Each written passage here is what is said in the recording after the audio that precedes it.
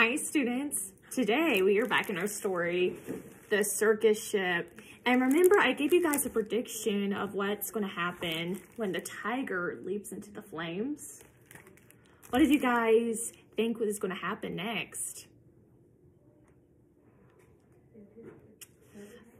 Yeah, I hope the tiger does not get burnt or hurt. But how did you guys feel if you woke up one morning and you found like a bunch of animals from the circus? What would you think? What would you do? Would you call animal control? Would you want to keep them as pets? Yeah, I wouldn't even know what to think. But today we're going to continue on and finish our story, the circus ship. And I'm going to reread the last page we left on last time just to give your brain a little refresher.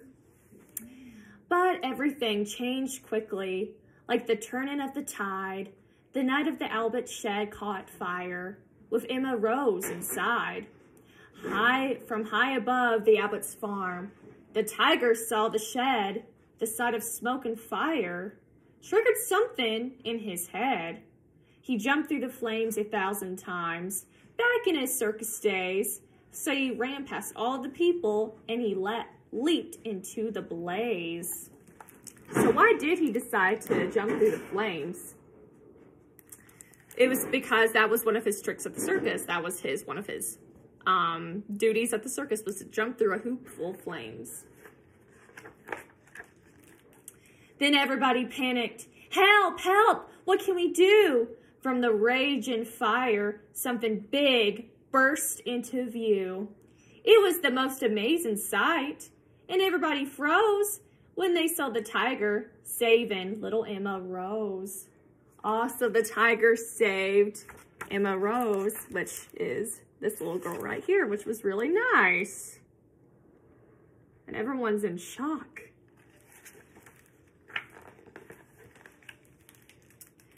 The tiger's risky rescue changed everybody's mind. The animals weren't bothersome. The animals were kind. So they lived together, side by side. They got along. It didn't seem like anything could possibly go wrong. So now it seems like the animals are quite enjoying this town, and it seems like the townspeople warmed up to them since the tiger's now having a picnic with Emma Rose's family, and the elephant is taking a bath, and then a bear is pulling someone, and people are riding a camel. So it looks like the townspeople now have finally warmed up to the animals.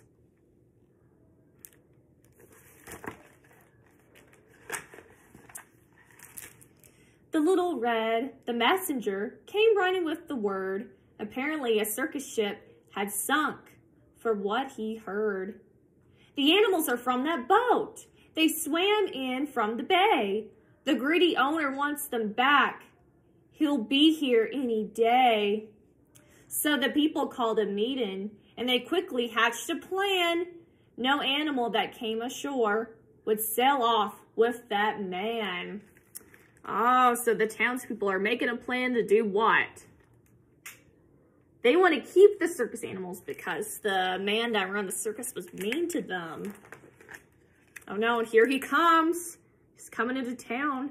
Look how big he looks. The next day at the crack of dawn, a ship was at the pier.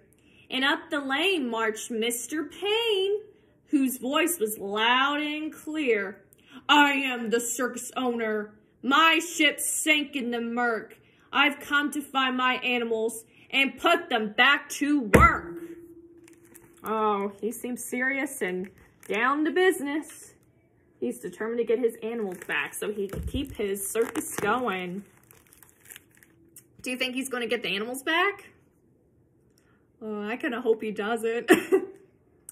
He hiked until he came into the center of town. His face was red.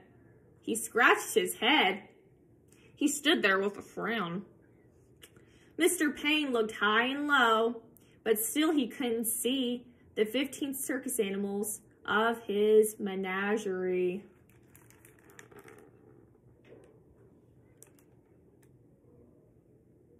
Do you guys see any animals in this photo?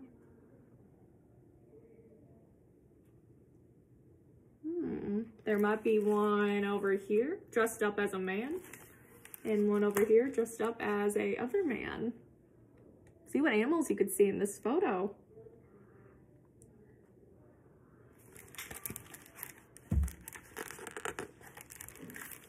He ran around the alleyways. He searched this village square. He even checked a chicken coop. His animals weren't there. Mr. Payne was tuckered out. His heavy chest was heaving. Then Little Red stepped up and said, "I think your boat is leaving." Yeah, he looks very tired and exhausted. Look at all the sweat coming down from his face from searching for the animals.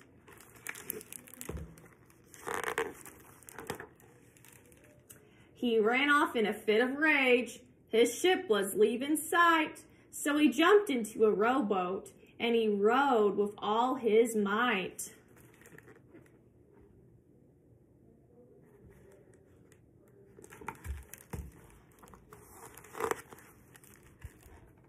And from that day, they like to say, their lives were free of pain. It was a happy, peaceful place upon that isle in Maine. Oh, so the animals stayed in Maine. Look how happy they looked.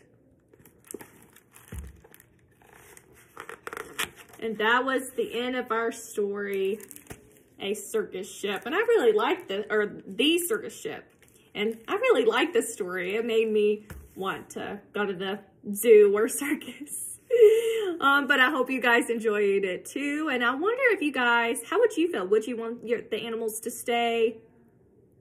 I feel like I would get attached to the animals, so I would like them to stay in my town. So I wouldn't want them to go back to the circus. And again, I hope you guys enjoyed the circus ship, and I'll catch you guys next time.